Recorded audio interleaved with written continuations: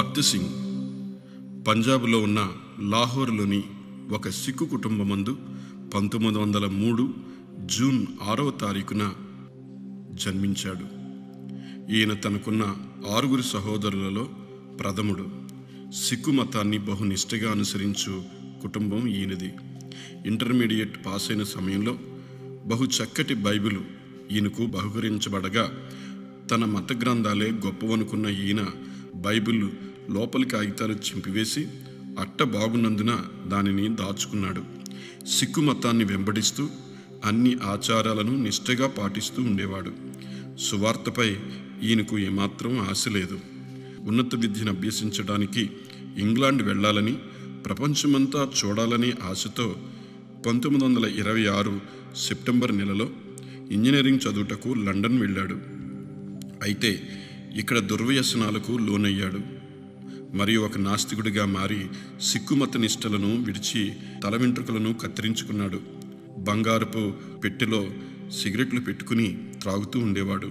అంతేకాకుండా త్రాగుడు వంటి దుర్వ్యసనాలకు చోటిచ్చాడు. సినిమా హాళ్లకు, నాట్యశాలలకు వెళ్ళి సంతోషాన్ని పొందాలనుకున్నాడు. అయితే ఎటువంటి ఫలితము పొందక విరక్తిగా ఉన్న స్థితిలో కొందరు విద్యార్థులు 1928 ఆగస్టులో సెలవు దినములకు కెనడా వెళ్ళుచుండగా లండన్ నుండి కెనడాకు వాడలో బయలుదేరి ప్రయాణమయ్యాడు. ఆగస్టు నెల 10వ తేదీన వాడలోని మొదటి తరగతి భోజనశాల యందు దైవారాధన జరుగునని ఒక ప్రకటన చూచాడు. తన స్నేహితులతో ఆ భోజనశాలకు వెళ్ళాలని నిశ్చయించుకున్నాడు. వాడలోని మొదటి తరగతి భోజనశాల బహు అందముగా ఉండునని, దానిని చూచుటికిదే తరుణమని తలంచి వెళ్ళాడు.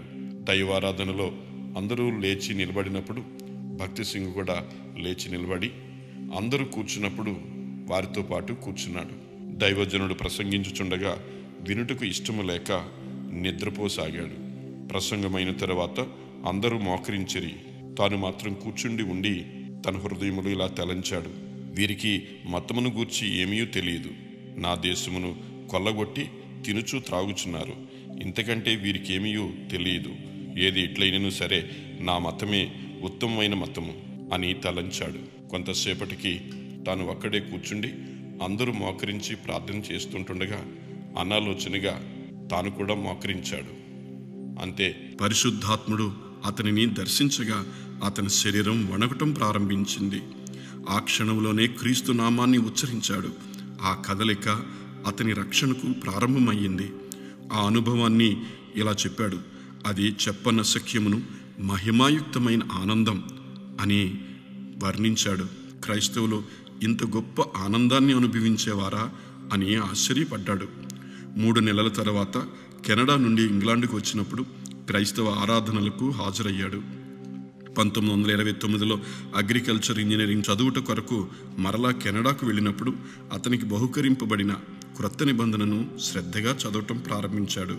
యోహాను సువార్త 3వ అధ్యాయం చదువుచుండగా నిశ్చయముగా నీతో చెప్పుచున్నాను అన్న దేవుని స్వరం విని తన హృదయము ఘోరమైనదని, తాను తిరిగి జన్మించవలెనని, తను మారుమనస్సు పొందవలెనని గ్రహించుకున్నాడు. పశ్చాత్తాపపడి తన పాపములను ఒప్పుకున్నాడు. దురలవాట్ల నుండి విడుదల పొంది శుద్ధ హృదయాన్ని పొందిన భక్త్ సింగ్ 1929 క్రిస్మస్ సందర్భంగా పరిశుద్ధ గ్రంథాన్ని సంపాదించుకుని దినమునకు 14 గంటలు శ్రద్ధగా చదవటం ప్రారంభించాడు. 1930 ఫిబ్రవరి కల్లా బైబిల్నంతా ఒకసారి చదివి ముగించాడు. దేవుని వాక్యపు మాధుర్యాన్ని రుచి చూసిన భక్త్ సింగ్ ఇతర పుస్తకాలు చదవటం మాని మరలా పరిశుద్ధ గ్రంథాన్ని పఠిస్తూ ఆధ్యాత్మిక అభివృద్ధి పొందుచున్నాడు.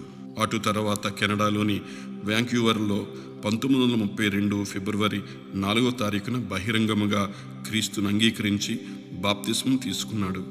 పిమ్మట సేవ కొరకు ఇండియాకు వెళ్ళమన్న ప్రభువు యొక్క పిలుపును పొందుకుని 1933 ఏప్రిల్ నెలలో 7 సంవత్సరాల తర్వాత ఇండియాకు తిరిగి వచ్చాడు. బొంబాయిలో భక్త్ సింగ్ను కలిసిన ఆయన తల్లిదండ్రులు, నీవు బైబిల్ చదువుకో, ప్రార్థన చేసుకో, అయితే నీవు క్రైస్తవుడు అయ్యావని ఎవరికీ చెప్పకూడదు అని ప్రతిమిలాడారు. అందుకు భక్త్ సింగ్, క్రీస్తే నా ఊపిరి, నేను ఊపిరి పీల్చుకోకుండా ఎలా బ్రతకగలను? నాలో క్రీస్తు జీవించుచుండగా ఆయన లేకుండా నేను ఎలా జీవించగలను అని సమాధానం ఇచ్చాడు. భక్త్ సింగ్ బంధువులందరూ అతనిపై తిరగబడ్డారు. నీవు మన ఉన్నతమైన సిక్కు మతమును వదిలి అంటరాని వాడివైతివి అని దూషించారు. అయితే అందుకు భక్త్ సింగ్, నేను అంటరాని వాని కంటే అధ్వాన్నమైన స్థితిలో ఉన్న ఘోర పాపినని యేసుక్రీస్తును అంగీకరించడం ద్వారానే తెలుసుకున్నాను. ఇప్పుడు నేను రాజులైన యాజక సమూహములో చేర్చబడిన దేవుని బిడ్డగా ఉన్నాను అన్నాడు. ఆ రీతిగా తన స్వంత వారిని, తన విద్యార్హతలను పక్కన పెట్టి యేసుక్రీస్తు సువార్తను ప్రకటించే పనిలో ముందుకు సాగాడు. అనేక గ్రామాలలో సువార్తను ప్రకటిస్తూ ప్రభు సన్నిధిలో ప్రార్థిస్తూ ఆయన చిత్తములో సేవ చేయటం ప్రారంభించాడు.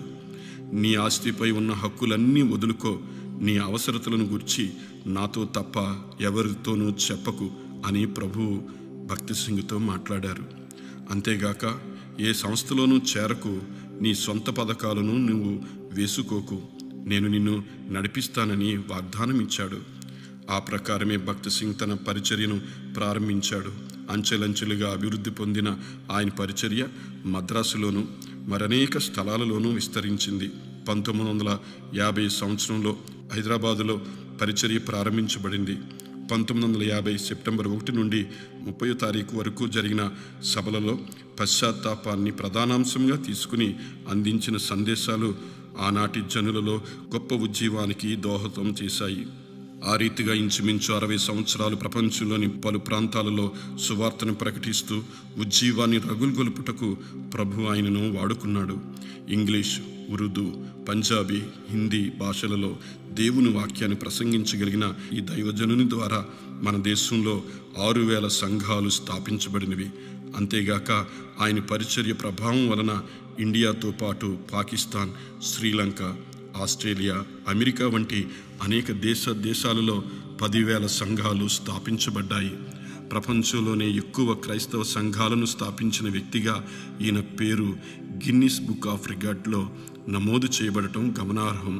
ఒక వ్యక్తి విస్తారమైన డబ్బును సంపాదించి చచ్చుట కంటే ఆధ్యాత్మిక అవసరతలు తీర్చుట కొరకు ధారాళంగా డబ్బును ఖర్చు పెట్టుట గొప్ప భాగ్యం అన్న ఈ దైవజనుడు తన 60 సంవత్సరాల పరిచర్య కాలములో అనేక కోట్ల రూపాయలు సంపాదించి ప్రభు సేవలో ఖర్చు పెట్టినప్పటికీ తనకంటూ ఏమీ మిగిల్చుకోకుండా ప్రభు ఇచ్చు మహిమ కిరీటాన్ని సంపాదించుకోవడానికి సిద్ధపడి ప్రభువు పిలుపునందుకుని తన 97వ ఏట అనగా సెప్టెంబర్ 17, 2000 సంవత్సరమున 6:05 ప్రభు సన్నిధికి వెడలిపోయాడు.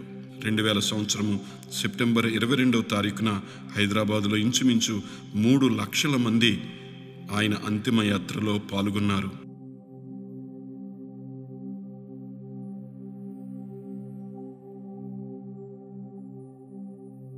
బైబిల్ పరిజ్ఞానాన్ని ఇంతగా కలిగిన భక్త్ సింగ్ వంటి వ్యక్తిని మరెవరిని నేను చూడలేదు. పశ్చిమ దేశములలో ఉన్న ప్రసంగికులు, బోధకులందరూ ఈయన ముందు చిన్నపిల్లల వలె ఉన్నారు అని రాబర్ట్ ఫిన్నీ సాక్ష్యమిచ్చారు. నేను భక్త్ సింగ్ అంత భక్తుని కాను అని బిల్లీ గ్రాహమే అన్నారు. ఈనాడు క్రైస్తవులు ధైర్యంగా చేతిలో బైబిల్ పట్టుకుని దేవాలయానికి వెళ్ళగలుగునట్లు ప్రేరేపించిన వ్యక్తి భక్త్ సింగేనని మరొకరు అన్నారు. నా సహోదరుడు భక్త్ సింగ్ మా సిక్కు మతాన్ని, కుటుంబాన్ని కాదని క్రీస్తుని వెంబడించాడు. అయితే ఈ రోజున అశేష ప్రజల ప్రేమను చూరగొన్నాడు. మాకు ఈ ధన్యత దొరకలేదు అన్నాడు అతని అంతిమ యాత్రలో పాల్గొన్న భక్త్ సింగ్ సొంత సహోదరుడైన చోప్రా. భక్త్ సింగ్ దేవుని చిత్తము చేయుటయే తన మనోభిష్టముగాను, దేవుని సువార్త సేవయే శిరోధార్యముగాను, రోషము కలిగి రాజీ పడని సేవకునిగాను ఎంతగానో దేవుని కొరకు నిలవబడిన గొప్ప దైవజనుడు. భక్త్ సింగ్ తన జీవిత కాలములో విశ్రమించిన సమయం కంటే దేవుని సన్నిధిలో గడిపిన సమయమే ఎక్కువ. ఇట్టి దైవజనుణ్ణి తన సొంత రాష్ట్రమైన పంజాబులో కాక ఆంధ్రదేశములో ఆయనను ప్రభు నిలవబెట్టుట తెలుగు ప్రజల ఎడల దేవునికున్న అత్యంత ప్రేమ, ఆసక్తి దీనివలన తెలియచేయబడుచున్నది.